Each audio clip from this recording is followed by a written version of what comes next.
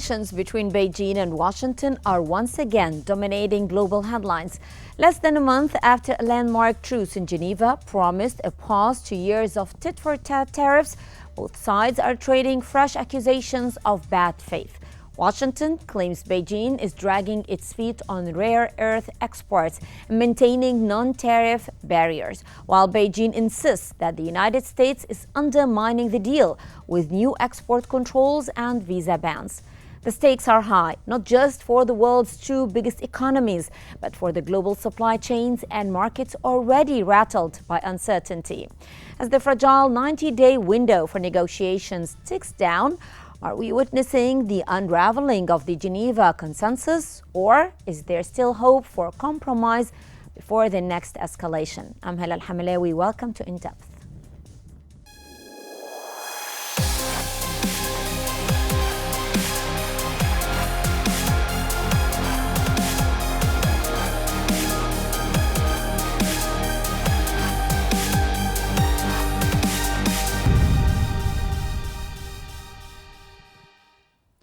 The Washington Post captures the sharp escalation in U.S.-China trade tensions, highlighting how both governments accuse each other of reneging on the Geneva truce. The article details U.S. claims that China is withholding critical rare earth exports essential for high-tech manufacturing, while Chinese officials label these accusations as groundless and counter that American export controls on microchips and student visa restrictions are the real violations. The piece underscores deepening mistrust and the growing risk that the truce will collapse, with both sides warning of strict measures if their grievances are not addressed.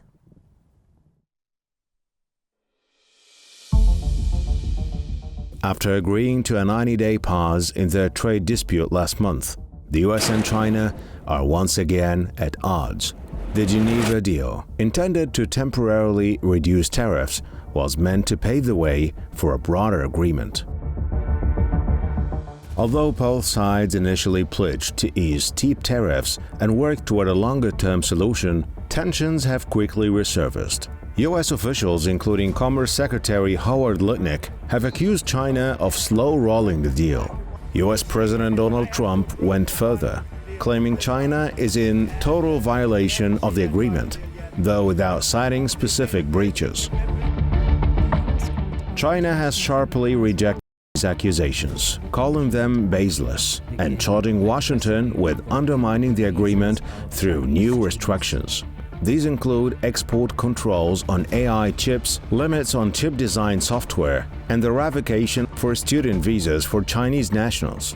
China's Commerce Ministry insists Beijing is honoring the Geneva consensus and blames the US for actions that seriously undermine the deal. Both sides now blame each other for undermining the deal just weeks after reaching it. US officials say talks have stalled, and there is concern that 90-day truce could collapse without further progress. As the 90-day window ticks down, can the world's two largest economies find a path forward, or is the trade deal doomed to collapse under the weight of mutual distrust?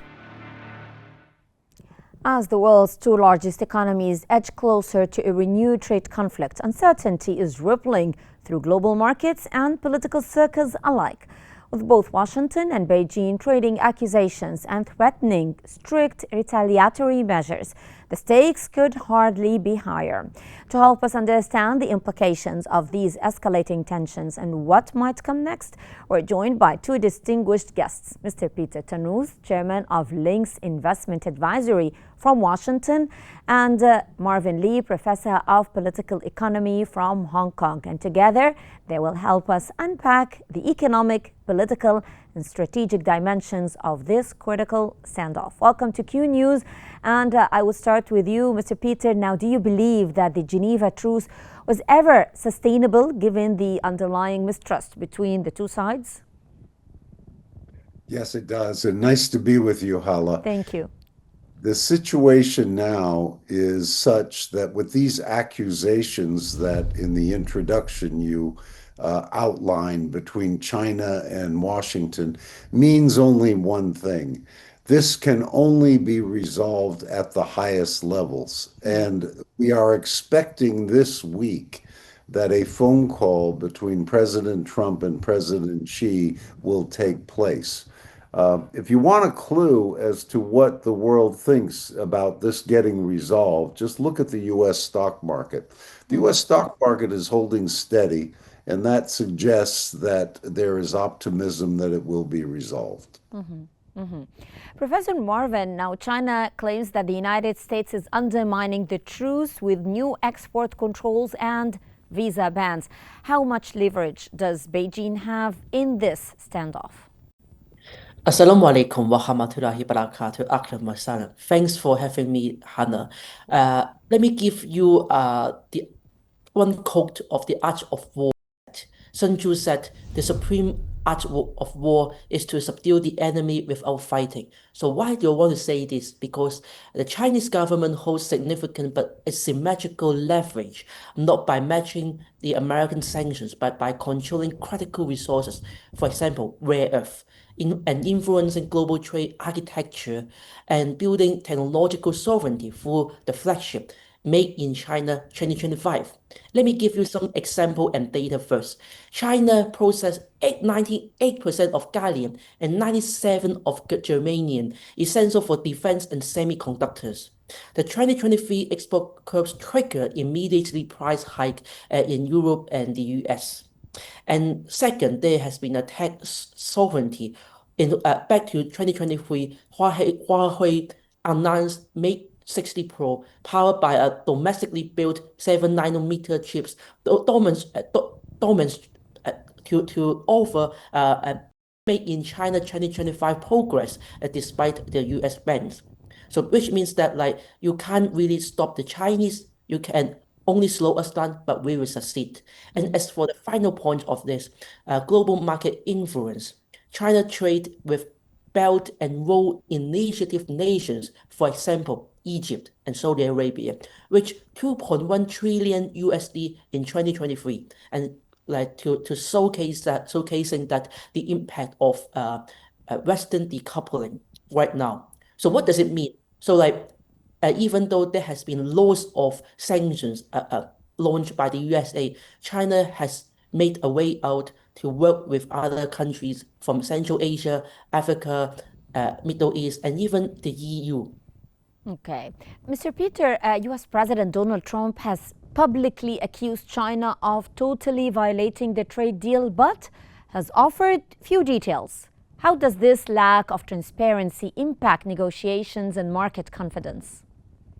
Yeah, well, remember, these accusations have been going on both sides. I mean, China accuses the the US accuses China of violations. This is why this can only be solved at the highest level. They're not going to get into minutia of what specific things everybody is talking about or complaining about. They need to get the broad principles of an agreement done. Because of the huge trade relationship between the US and China, for example, the United States imports $500 billion worth of goods from China every year.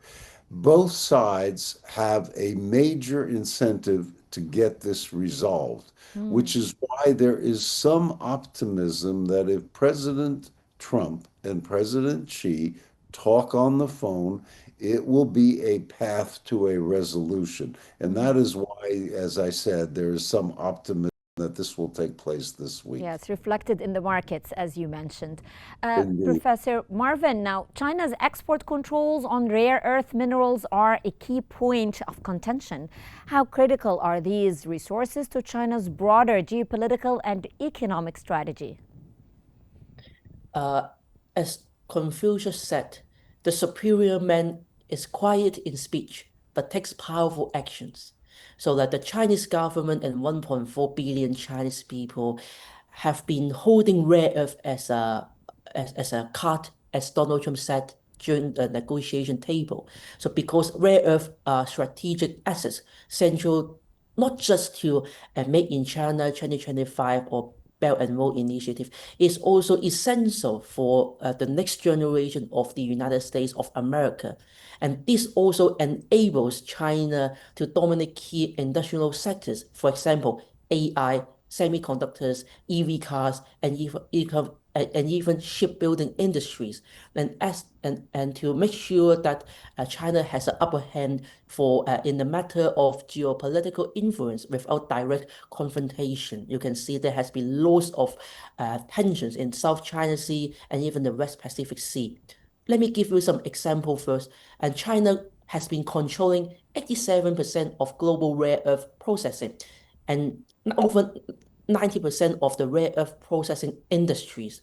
And 2 years ago, China, at Beijing, the Chinese government restrict all these export to the rest of the world, directly impacting Tesla, Panasonic, and even some enterprise in South Korea, causing a 20% spike in EV battery costs. So that's why, and at the same time, BRI has been doing loads of investment in Zimbabwe and DRC and Indonesia to further consolidate China's access to all these rare earth materials and all these critical and essential rare earth minerals. So that's why China has been playing a long-term game, not just having a direct confrontation, but playing slowly and slowly in order to win the game in the long term. Mr. Peter, you mentioned that American stocks are responding with optimism to what's going on. Now, do you expect this optimism to continue with renewed uncertainty in the U.S.-China trade relations in the upcoming days? Yeah, we'll just have to, we'll just have to see. The fact is that the market is a very good reflection on what the Americans think about whether or not these trade deals are going to get done or not. If we were very concerned that the trade relationship with China was going to get worse, not better, the market would already reflect this because the market anticipates. It is not a coincident indicator, it's a future indicator. So we'll just have to see. Professor Marvin, how are Asian markets and supply chains reacting to the renewed tensions? This is a very good question. Asian markets are diversifying cautiously, but not positively. Cautiously. Cautiously. Yes, that's right. But not like having less ties with China. Supply chains are adopting full China plus one model since the COVID time. But China remains a foundational foundations in the region's economic architecture. So let me give you an example. FDI rose 32% in 2023 with Intel and Foxconn also shifting their factories there, yet most components still come from China. And actually there are lots of factories from China and they have been setting up a new factories in Vietnam, Indonesia and Thailand. But the ownership are all from the Chinese as well. And India now produces 7% of Apple's iPhone, but lacks of chip fabs and the tooling ecosystem that China always provides. So which means that like in the short-term factor, relocation doesn't mean independence because like it is like a global market and it's a globalization. So if you decouple with China right now, I think like there will be lots of side effect in the US and Europe.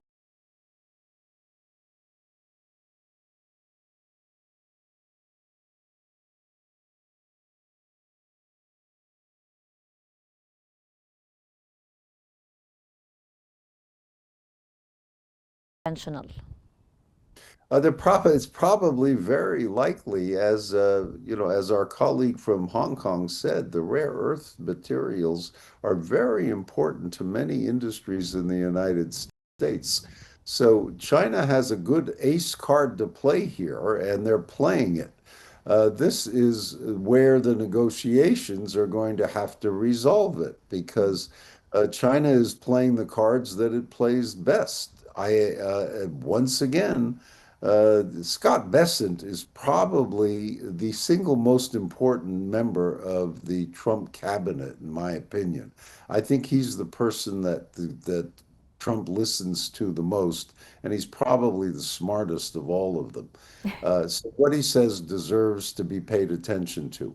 Once again, wait to see what happens when they talk. Okay. Professor Marvin, how do you assess Beijing's current stance in the trade dispute with Washington, especially regarding its firm rejection of U.S. accusations? Beijing's position is one of strategic position paired with institutional claim. Rejects U.S. claims not for noise, but for legal countermeasurements, domestic substitutions, and even alliance building beyond the West. For example, the BRICS, the Belt and Road Initiative. Let me give you two examples here. China has successfully led the expansion of the BRICS to include Saudi Arabia, Egypt, and Iran, just to have another new alliance, or giving them as an alternative, comparing to the Western Bloc. And there's another example here as the Huawei's comeback with an advanced domestic chip, so very show Western confidence in the effectiveness of sanctions. So that's why it means that Beijing framed itself as a defender of fair trade, but not the aggressor. But at the same time, from the perspective of the global South, its rejection of U.S. demands is welcomed by countries wary of Western, all the way from the Western world. Mr. Peter, what are the potential ripple effects of these trade tensions on emerging markets and global economic growth, in your own opinion? Yeah, well, obviously they're considerable, but to pick up where our friend from Hong Kong said, as far as the Middle East is concerned, Saudi Arabia, UAE, and others, Trump's recent trip was extraordinarily successful. And one of the outcomes of this trip is to try to reduce the relationship between those countries and the Arab countries and China by creating these multi-billion, trillion-dollar deals that the United States is just engaged in with the UAE, Qatar, and Saudi Arabia. So I think we're on the right track here. Professor Marvin, do you see any realistic path back to the negotiating table before the 90-day window closes? And what diplomatic avenues remain open to de-escalate tensions between the United States and China? From my own perspective, the Chinese people and the Chinese government have no and zero imagination about the Western world, especially the USA, anymore. And we have to work our own, and we have to overcome all obstacles. So that's why I have a very pessimistic view about back to the negotiating table before the 90 days window close. As former Chairman Mao Zedong said, so if we want to have a war against the United States, absolutely, we are determined to defend our sovereignty. So let's imagine if Texas becomes an independent country, what would the American think? So likewise, the Chinese people and the government are very resolute and determined to defend its sovereignty, not just that in a very physical space, about the digital space, everything. So we are ready to have a peace talk, but at the same time, we have been developing our weapons.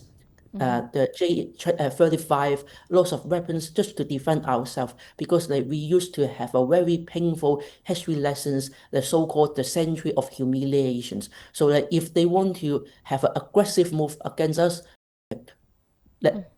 let's have a competition. But you're still optimistic about the success of negotiations before the window closes, before the 90-day window closes, right? There will be a peace talk, but not in a very short term. Okay. Mr. Peter, considering the U.S. defense officials' warning of a possible military threat, which is a possibility, how intertwined are trade disputes and security concerns in shaping U.S.-China relations today? They're pretty tense, but again, the trade issue dominates the relationship. If we have a good trade issue if we have a good trade resolution with China, The other aspects of the relationship on the political front and all the other fronts will fall into line. This is basically a trade issue, and that's what we're concentrating on, and I'm pretty optimistic we'll get it done. Okay. Professor Marvin, what message is Beijing sending to other trading partners by standing firm against U.S. demands? The Chinese government is actually signaling that sovereignty is non-negotiable. And at the same time, the Chinese government does not and will not intervene the foreign sovereignty because of our history lessons. And economic pressures will not force political submissions like the Belt and Road Initiative and Make in China 2025. And the message to the rest of the world, especially the EU and the GCC, especially the Global South, is that showing a strategic authority is possible, and China is a credible alternative to the US-led order. Let me give you some examples again. China signed a 10 billion Chinese yen denominated oil deal with Saudi Arabia, trying to bypass the US dollars. And the BRICS expansion include Iran, Egypt, Argentina, but I don't think Argentina has a good stance right now, and strengthening the South-South cooperation between China and the rest of the Global South. And in Africa, China also continues to fund infrastructure-first development with no IMF-style demands. So basically, China has been providing as an alternative to the Global South to work with China in the long-term game. Mr. Peter, given your long career in finance, how do you assess the impact of escalating U.S.-China trade tensions on global capital flows and investor confidence? Well, clearly, if it doesn't work out, it's going to have a very bad effect. But what the issue on the table here is whether China and the U.S. are going to work out a reasonable trade agreement. China's got their own internal problems. They have high youth unemployment. They've got a big real estate problem. They have an incentive, as the U.S. has an incentive, to negotiate this properly. Nobody's questioning China's sovereignty. That's not an issue on the table. The issue here is about trade and fair trade. And knowing Trump's ability to negotiate I remain confident that President Xi and President Trump will come to some sort of a deal. Okay. Professor Marvin, what role do you see for financial markets in influencing political decisions during such trade disputes? They have interconnections altogether, so we can't always consider financial market as a separate subject because of the recent geopolitical tensions. For example, like the ongoing war between Russia and Ukraine, the armed conflict in Palestine, and there are lots of tensions between Pakistan and India. So that's why we need to really consider the geopolitical factor. So even though the rise of China, so that's why the Chinese government has been shaping itself as a safe environment to do business, open for everyone. So that's why we also have a 240 hours of visa-free entry to let every foreigners visit China, do business with the Chinese people, like in comparison to the recent unprecedented political and economic uncertainty in the United States of America. And they even kicked out thousands of Chinese students all the way from Harvard University. They are smart, they are rich, so where will they go? And so this is a question for every audience. Okay. Well, I'd like to thank my guests today. Thank you very much, Mr. Peter Qnews and Professor Marvin Lee, for sharing your expertise and perspectives with us today. Thank you so much. And with the clock ticking on the Geneva truce, the world watches for signs of compromise or confrontation. And that concludes today's episode of In Depth. I'm Hala Al-Hamalawi. Thank you very much for joining us, and stay tuned for more updates here on Q News.